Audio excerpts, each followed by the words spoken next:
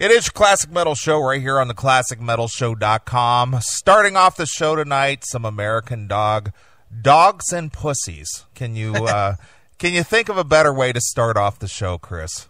I can't think of a better anything than pussy, so no. Well, I was in a mood today, so I started the show off. You changed the second song on me. I was going to follow that with some BLS. But since I wanted to honor your request, I went ahead and went with that.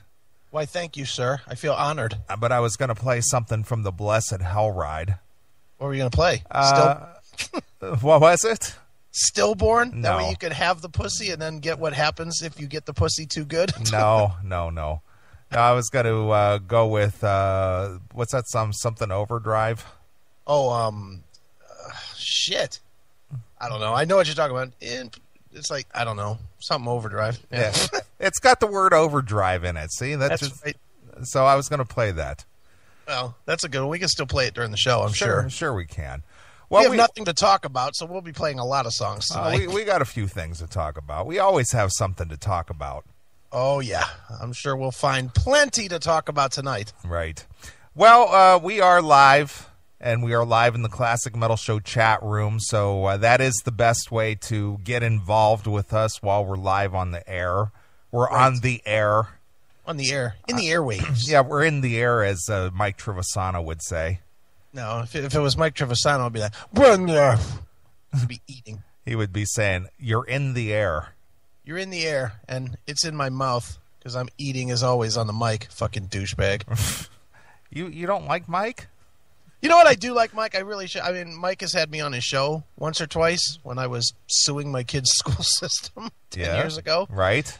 He's an okay guy, but I don't get his appeal, personally. I mean, it's like you listen, and he's eating on the air, and he only does like 5-minute segments, and then there's 5 minutes of fucking commercials, and then 3 minutes of segment, and then 5 more minutes of commercials. He's hard to listen to. Well, I get that, and I don't, obviously he doesn't have any control over the commercial aspect of doing the show, but yeah, I agree. There's short snippets or audio bursts there, then you got lots of commercials, and then come back for a couple of minutes, and yeah. It's not that I don't like him. It's I can't listen to his show because I'd rather listen to it through a podcast where I could cut out all the bullshit and just hear the 14 minutes of show he does every fucking day. Yeah. Well, not to get into talking metal land, but for those of you who are not familiar with the Cleveland radio scene, yeah, there's a longtime show host, Mike Trevisano, and sure. That's who Chris and I are discussing, because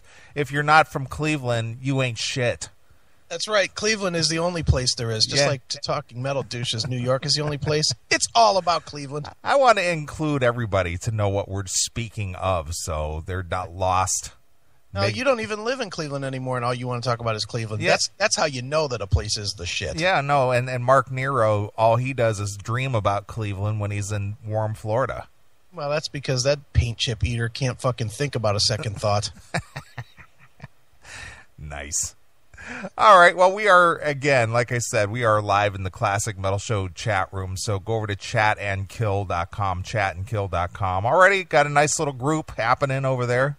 Yep, getting started. People gathering and already kicking in a few requests here and there, and yeah, chatting away. That's good. Yep. So, how did you like the show opener, Mr. Aiken? I played one of the bumpers that our unpaid producer Weezy put together for you. I did like that. I always like that, sweetie. Superfly Aiken. Yeah, was the one Sweetie Cakes or something? Yeah, droopy drawers, sugar shorts. It's like anything we say can be turned against us. It's sweet tits. Sweet tits. Sweet tits. Licorice tits. Right. The fuck is that? Nice. I would say depending on if it's red licorice or black licorice, it could be being making reference to a certain ethnicity. Yeah, it could be. I mean, there's nothing wrong with a little black action for you. Yeah, little black licorice tits. Nothing wrong with that. Right. So anyway, look at Jackal. All right with the fuck there already. Yeah, we like there. I know. He's getting started earlier. He's No. getting started early with the whole Thayer bashing. I actually sort of kind of have a Tommy Thayer story to tell tonight. Oh, that's good. You know, to entertain Jackal. So at some point we'll play some Fake Kiss, and then I'll tell it's not much of a Tommy Thayer story, but it's actually something going on with my good friend John, you know, where he's got something to actually do with Tommy Thayer. Oh, so okay. I'll have a little story to tell Sure. at some point tonight. Now we got a guest tonight. It's one of your friends. He's a author, co-author, I guess, and we had Rex Brown, formerly of Pantera, on the show last week, and this guy co-wrote his book. Yeah. Yeah, he did. He's an author, and he worked with Rex on the Pantera book, The Official Truth, and he also wrote a book on James Hetfield called what is it called? The Wolf Inside Metallica or something like that. Okay. The Wolf at Metallica's Door, James Hetfield, which is a fucking great book. And you know, I've known Mark Eglinton for a little while now. I've known him since the Metallica book, and him and I have, you know, struck up a friendship online and whatnot. And it's a good dude, man. And if nothing else, and this is a question you and I have asked McIver before, but I thought it might be relevant to ask him as well, is, you know, get into how does a guy, you know, progress into, you know, getting these kind of interviews and writing these kind of books, because let's face it, you don't just get access to James Hetfield. That's true. I mean, You know. we here on the show, Yeah. in the 17 years that I've been doing the show, I have never had access to James Hetfield, and even a guy who has had dealings with them, our own Eric Braverman, sometimes he gets banned from having contact with James Hetfield. Yeah, and I mean, and here I go dropping names again, as I'm sure we'll discuss later. Sure. I mean, I've met James a few times. Nice enough guy backstage, but you know, to say, hey, dude, give me your cell phone number or whatever, that's not happening. No, that ain't happening. No, you know, I don't know how guys get access to guys like this, and it's always fascinating to hear how these guys do. So Sure. And plus, you know, the Rex book is fantastic. The Hetfield book is fantastic. I was like, what the fuck? Let's have this guy on and, you know, talk about some really good rock books, since a lot of our fans do, you know, read and listen. They listen to the music and they read these kind of books. So figured, why not have him on? Well, sure. Now, speaking of rock books, and this has, you know, nothing to do with Mark, but a few, I'm going to say a couple of months ago. Well, actually, it was back in October. I think it was when you came here to visit.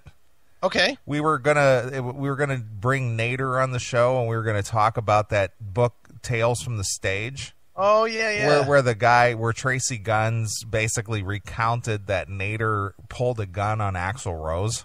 Right. Yeah. And Nader said there was absolutely no truth to that at all. Right. And we were going to bring them both on the show at the same time, but because of an audio fuck up here in the studio, I didn't coordinate it right, so we didn't get to do that. Right. But I noticed over there at Nader's, his manager's, Elena, she apparently took the cue from us and contacted this guy that wrote that Tales from the Stage. Okay. And there's a whole post on it that she is the one who corrected the story. What do you mean corrected it? You know, that she said that there was no truth to it and it never happened. And, you know, according to Nader, this is what happened. And it's like, you would have never known about that had we not brought that up. Right. But was there any mention from the Classic Metal Show that we uncovered that? No. Of course not. Dude, we don't get verbal credit for a lot of things. A lot of things. There's one that we're going to talk about this week. Reference a certain Mr. Jeff Tate. Yeah, absolutely. And I mean that is, you know what, I don't want to talk about it right now because I got a feeling we're going to talk about that for a while. So sure. The bottom line to it is, I would never take credit for anything that we're not officially credited for. Yeah, of course not. I mean, we have good idea, but we don't have solid confirmation. Well, I just have this thought. We know the guy that works at Cleopatra. Yes. You know, and we know that he listens to our show. Yes. And 2 weeks after we did our show, just destroying the production, there's now announcements that they're reproducing the record. Exactly.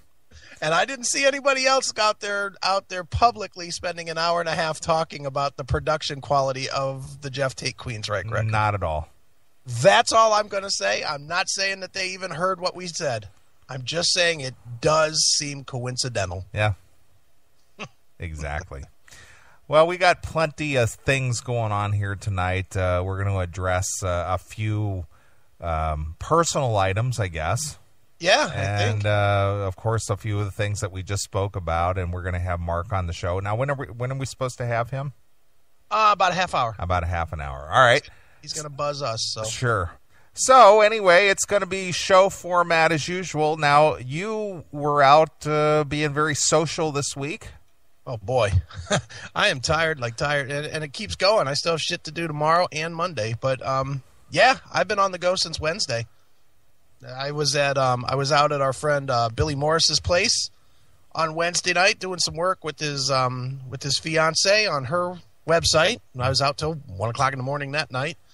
Thursday was out at Y&T. Saw that show. It was unbelievably good. Yesterday drove out to Lima, the lovely Lima. Lima is a dump. It is a fucking pit. But I got married there of all places. Well, that makes sense. There is but one good thing in Lima, and I went and visited her. You know, I just went down there and hung out with her and partied all night with her, and then drove back today. Right. Oof, that was tough.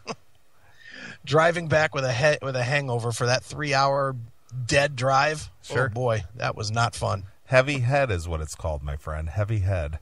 Dude, it was like thumping. Just the sun in my eyes, and it was just...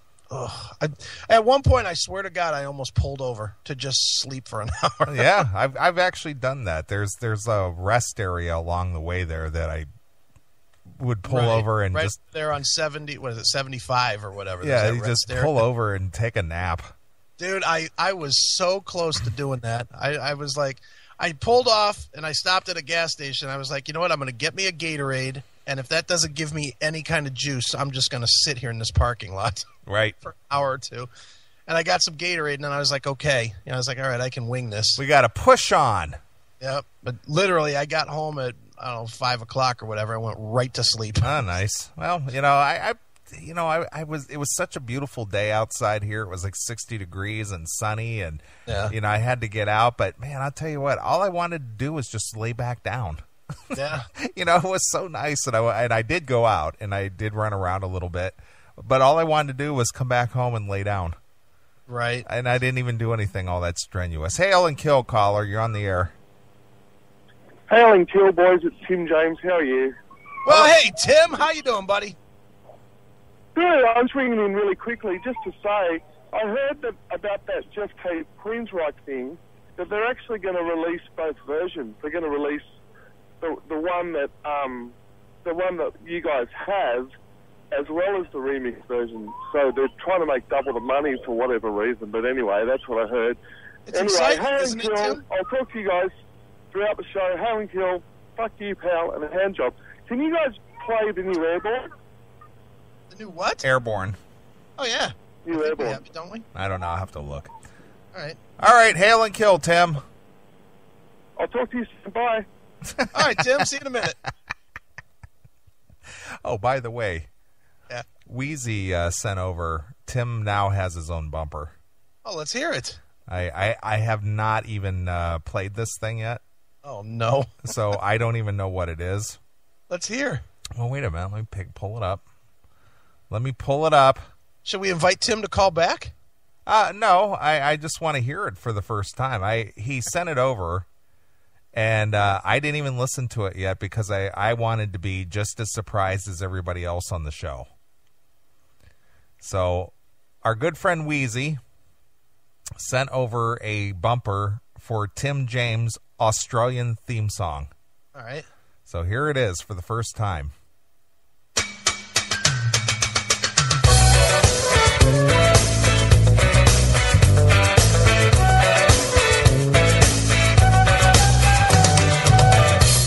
That's it? That's it? I was disappointed. Weezy. He usually does something very clever. Weezy, come on. Oh, I'm sad now. Weezy, you need to take that clip back and let's just produce on the air. You need to it needs to open up with the ding ding ding ding ding ding ding ding ding, and then right when it starts, you need to go, "Hey boys, it's Tim James from Australia," and then you need to immediately follow it with, "Okay, Tim, thanks for calling," and then a phone. And then you got to hear him say, "Hail and kill, fuck you, Hand pal, job. hand job," and then you got to add that in there. Right, and then the traditional phone that's like like a disconnected Like beep. Yeah. Kind of like this. Whoop. Just like that. Yeah, exactly. That was really disappointing. I was really looking forward to something clever and creative, and what the fuck? You threw a Men at Work song at us. We get it. we love Weezy, man, but I was just shocked.